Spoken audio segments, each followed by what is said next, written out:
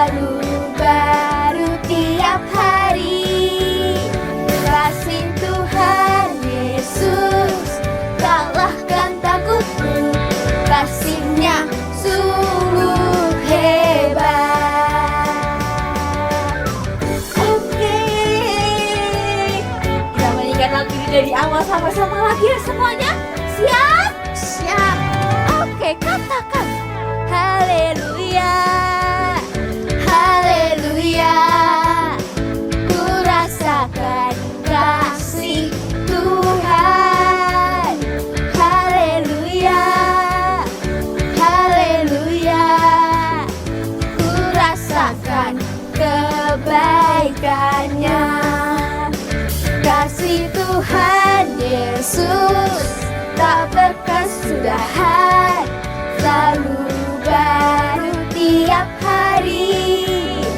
Kasih Tuhan Yesus kalahkan takutmu, kasih-Nya sungguh hebat. Tangan di atas.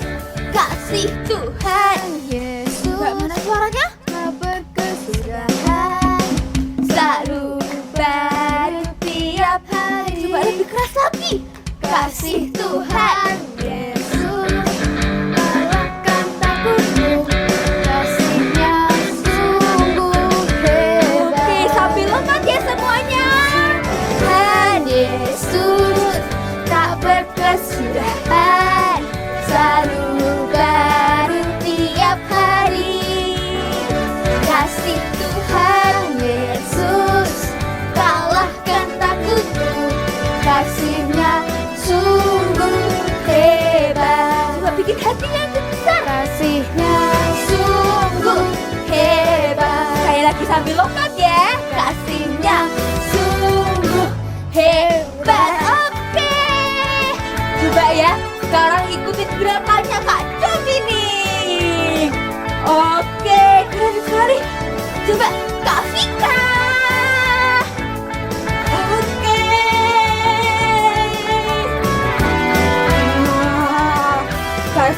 Katakan haleluya dengan keras ya semuanya. Haleluya. Ciao semuanya. Kita musikan sekali lagi ya. Coba senyumnya. Katakan indah. Indah. Oh sungguh indah. Kasih Yesus di hidupku. Cintanya siapa? Oke, ku mau memuji nama-Nya dengan segenap hati, mau menari bagi-Nya selama-lamanya. Indah, oh sungguh indah, kasih Yesus di hidupku. Bikin hati yang besar.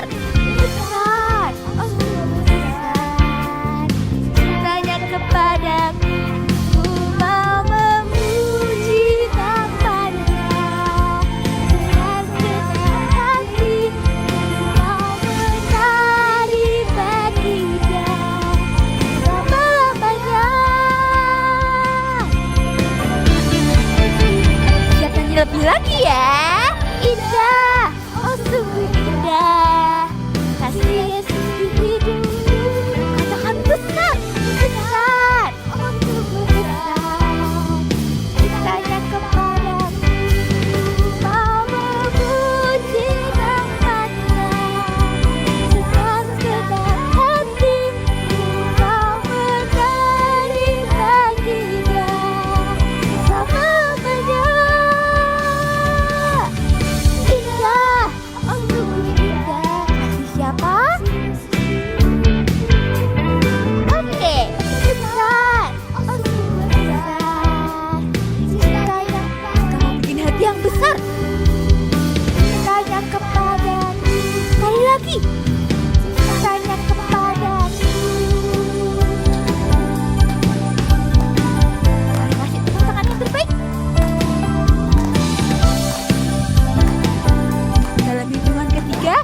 pasti akan indah sama-sama ya. 1, 2, 3.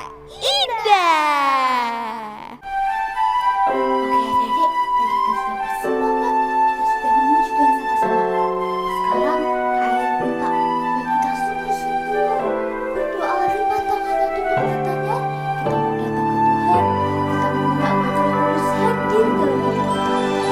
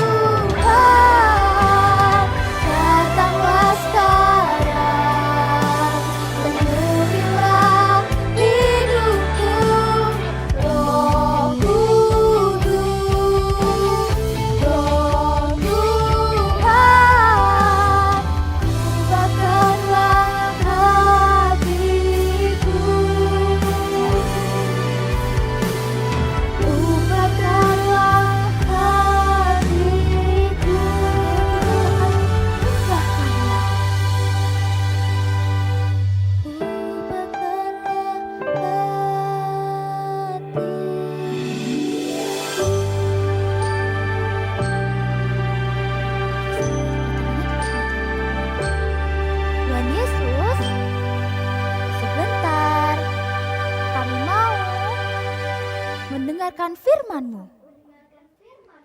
Berkati kami ya Tuhan.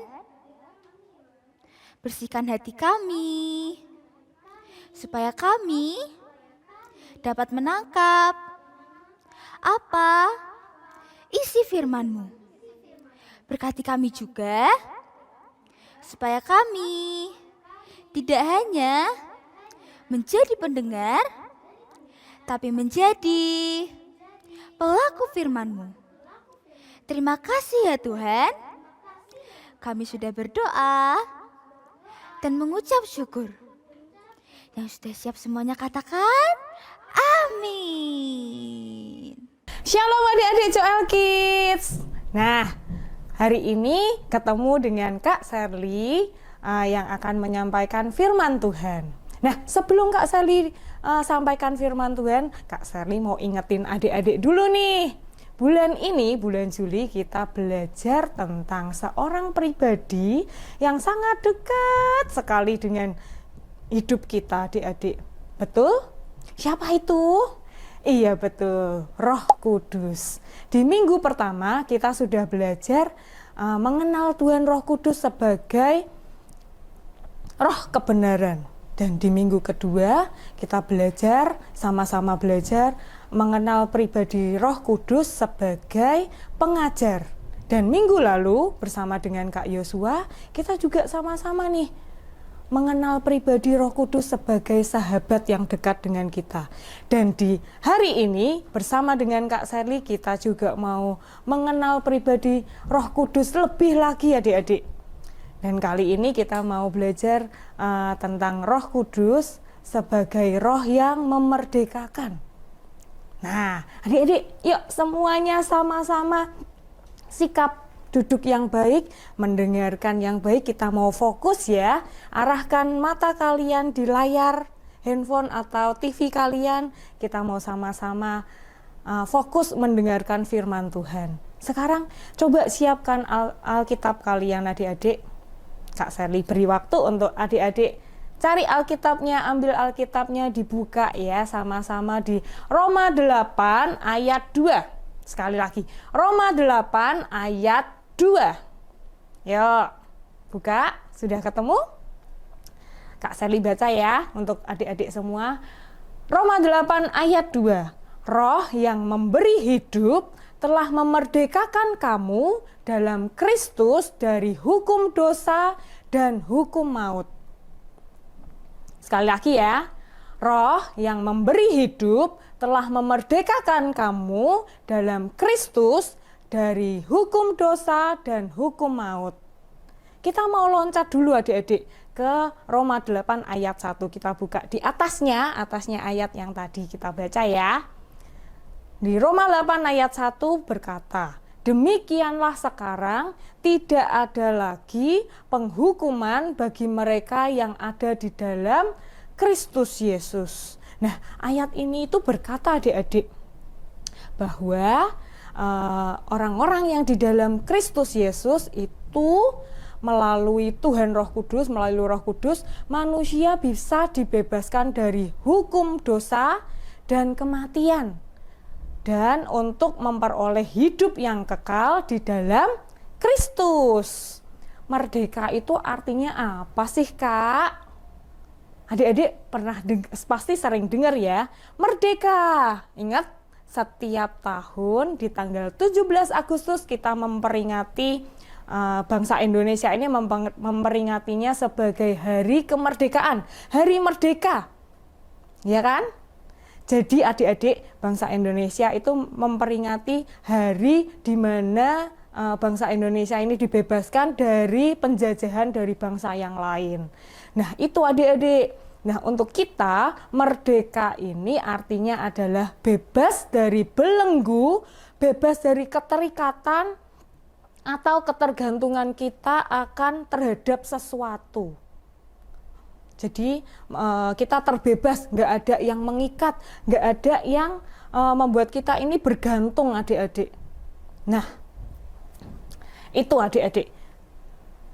Kita mau sama-sama lihat video ya adik-adik.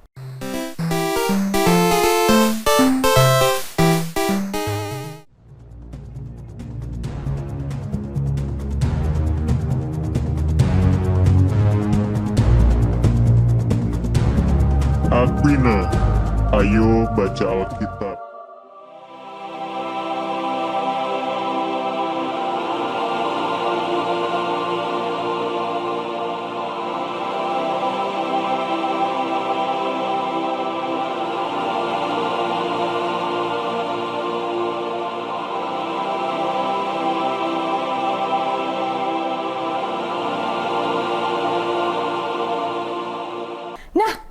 video ini adik-adik kita tadi sudah lihat ya, ada seorang anak yang sedang bermain game. Asik sekali. Dia bermain game sampai lupa waktu. Nah, siapa ini di sini adik-adik yang suka main game? Kak Sally juga suka sih main game. Asik ya, seru gitu. Main game nanti kita harus menyelesaikan level yang satu, kemudian level-level selanjutnya. Seru banget ya kan, pasti penasaran. Iya, aku pengen level yang selanjutnya lagi nih gitu. Sama ini, anak ini juga asik adik-adik main game. Dia main asyik banget, main sendiri. Tetap sampai dia ini lupa waktu adik-adik. Waktunya sudah nggak inget, pokoknya fokusnya sama main game. Tibalah waktu di mana dia ini waktunya harus baca Alkitab. Tapi karena masih asik main game, dia nggak peduliin. Aku masih asik, aku masih mau main game. Ada suara yang mengingatkan lagi, ayo baca Alkitab. Tapi karena masih asik adik-adik, dia nggak mengindahkan suara itu. Dia tetap fokus, dia tetap mau main game. Aku masih seru, masih enak, masih penasaran nih sama gamenya. Dan dia nggak sadar loh adik-adik. Dia nggak sadar kalau ternyata apa yang dia lakukan, apa yang menjadi kesukaannya, hobinya, itu ternyata sudah melilit adik-adik, sudah mengikat dia. Dilihat ya, video ini ada sesuatu yang mengikat dia. Dia nggak sadar adik-adik, dia tetap main dengan asik. Dia nggak sadar kalau sudah ada ikatan-ikatan dalam hidupnya. Ikatan-ikatan ini kalau kita tidak sadar ya adik-adik, ini dapat menjauhkan kita dari Tuhan. Wah, gimana ya kalau kita hidup jauh dari Tuhan? Pasti akan susah ya adik-adik. Nah, puji Tuhan, di akhirnya ini sadar adik-adik. Oh iya, aku harus baca Alkitab. Ini waktunya aku baca Alkitab. Akhirnya dia pun meninggalkan sebentar handphonenya untuk main game, dia tinggalkan gamenya, dia memilih untuk membaca Alkitab. Kalian lihat nggak apa yang terjadi? Ketika dia baca Alkitab, baca firman Tuhan, tanpa dia sadari juga, ikatan-ikatan yang mengikat dia itu perlahan mulai lepas adik-adik. Lepas dari tubuhnya, lepas dari hidupnya. Belenggu-belenggu ikatan-ikatan yang mengikat dia, semua pelan-pelan terlepas. Siapa yang melepaskan adik-adik? Yang melepaskan adalah Tuhan. Tuhan Roh Kudus itu yang memerdekakan kita adik-adik dari setiap ikatan dosa, ikatan sesuatu yang kita sukai, terus kita terlalu fokus di situ sampai lupa waktu, lupa segalanya. Itu tidak baik ya adik-adik. Itu sesuatu yang benar nggak? Itu sesuatu yang salah. Itu sesuatu yang tidak boleh dibenarkan. Ada waktunya kita main game, oke main game, tapi ada waktunya dan tidak boleh melupakan. Misalnya nih, oh ini jamnya aku berdoa, ya kita harus tinggalkan permainan itu, kita harus tinggalkan game itu untuk datang ke Tuhan dan berdoa. Lalu saatnya kita baca Alkitab, kita harus tetap membaca Alkitab, kita tetap prioritaskan Tuhan dari segala aktivitas kita, dari segala kesenangan kita. Nah, kita lihat ya, ketika anak ini mulai baca Alkitab, ikatannya lepas. Nah, hari ini Kak Sally juga ajak adik-adik untuk belajar nih dari satu tokoh cerita Alkitab. Kita mau, Kak Sally mau kasih clue, adik-adik di rumah tebak ya, siapa ya? Tokoh ini adalah seorang berjenis kelamin laki-laki adik-adik. Dia orang yang suka menganiaya pengikut-pengikutnya Tuhan Yesus. Dia nggak suka kalau ada orang yang mengikut Tuhan. Dia akan menganiaya, dia akan tangkap orang-orang itu, dia akan penjarakan, dianiaya. Ih, serem ya. Siapa? Coba tebak, siapa yang tahu? Siapakah tokoh yang Kak Sally maksud? Siapa? Ya kamu. Siapa? Betul sekali, tokohnya bernama Saulus. Saulus ini adik-adik adalah orang yang jahat. Kenapa kok jahat? Dia ini suka menganiaya pengikut Tuhan. Dicari adik-adik, orang-orang yang ikut Tuhan sama dia akan ditangkap, dipenjara, dianiaya, bahkan dibunuh. Serem nggak sih? Serem banget ya. Tapi kenapa kita mau belajar dari tokoh ini? Ya, kita dengarkan baik-baik ya. Suatu hari adik-adik, Saulus ini sedang ada dalam perjalanan menuju ke Damsyik. Dia punya tujuan nih, dia mau pergi ke Damsyik, dia mau membinasakan jemaat-jemaat Tuhan. Tapi di tengah perjalanannya menuju ke Damsyik, tiba-tiba ada cahaya yang terang sekali dari langit mengitari dia, di sekelilingnya dia. Ada cahaya yang sangat terang. Dan ini membuat matanya tidak bisa melihat. Matanya tidak bisa melihat apapun adik-adik. Sampai ada suara. Suaranya begini. Saulus, Saulus, mengapa engkau menganiaya aku? Nah, Saulus pun kaget. Siapakah engkau, Tuhan? Gitu. Lalu Tuhan berkata, aku Yesus yang kau aniaya. Dan Saulus pun sadar kalau dia ini nggak bisa melihat adik-adik. Bahkan dia harus dipopong, harus dibantu sama teman-temannya untuk berdiri, untuk bangun, untuk berjalan. Nah, serem nggak sih? Apa yang terjadi selanjutnya? Di tempat yang lain, Tuhan ini menampakkan diri kepada muridnya yang bernama Ananias. Tuhan bilang sama muridnya untuk menemui orang yang bernama Saulus dan disuruh mendoakan adik-adik. Terus Saulusnya bingung, maksud Kak Sherly, Ananiasnya bingung.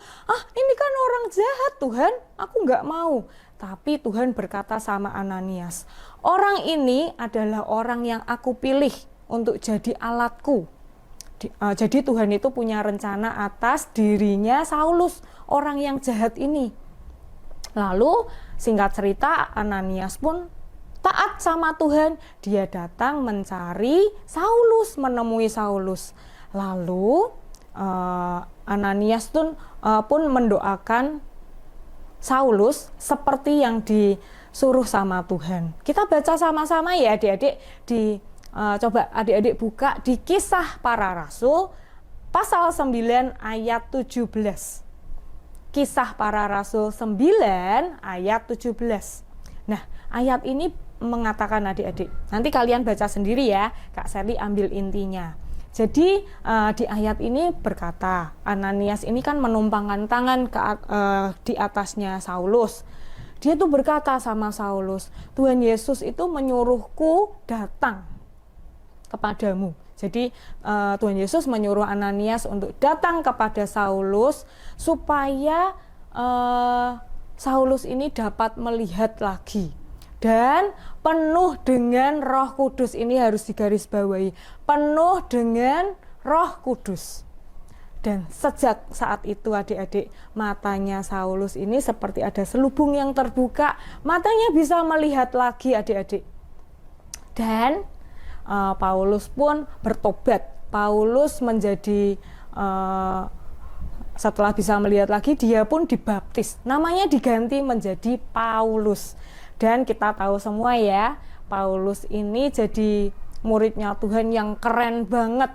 Dia memberitakan Injil, dia mengabarkan kabar tentang Tuhan ke bangsa-bangsa lain.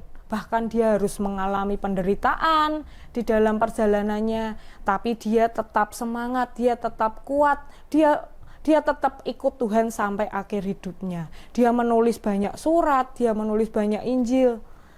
Hidupnya berubah adik-adik. Apa yang bisa kita pelajari adik-adik dari tokoh ini?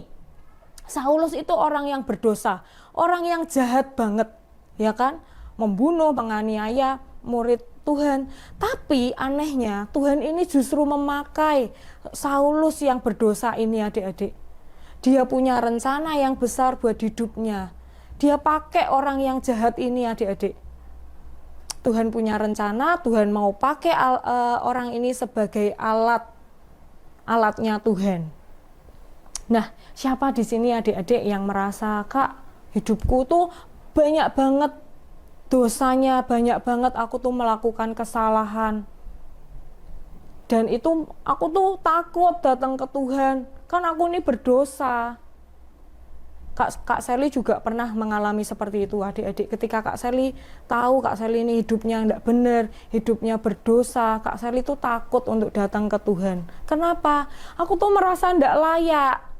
Aku tidak layak untuk datang kepada Tuhan. Aku tidak layak datang kepada pribadi yang sangat baik. Itu yang membuat kita semakin jauh dari Tuhan. Sudah berdosa, kalau berdosa kan harusnya datang ke Tuhan.